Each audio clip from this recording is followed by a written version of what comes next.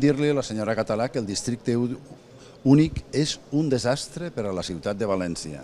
És un desastre per a tots els estudiants que me'ls està movent d'un barri a un altre, que els està erradicant, o sigui, desarrelant del seu barri, i a nosaltres ens sembla que l'alternativa és molt senzilla.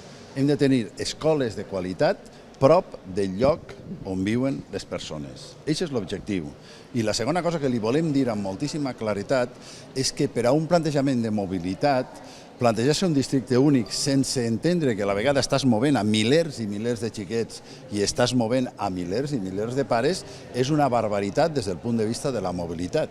Per tant, nosaltres li demanem a la Conselleria que es passe a una situació s'acaba amb el districte únic i es passa a una situació d'un districte raonable, de barri, de districte, en el qual les necessitats escolars es cobreixen des del barri, des del districte. Així és com es fa en Europa, així és com es fa, per exemple, en Finlàndia, amb una escola pública majoritària, així com es fa en Dinamarca, en tots aquests països, i així és com ho volem. No ens agrada moure els xiquets.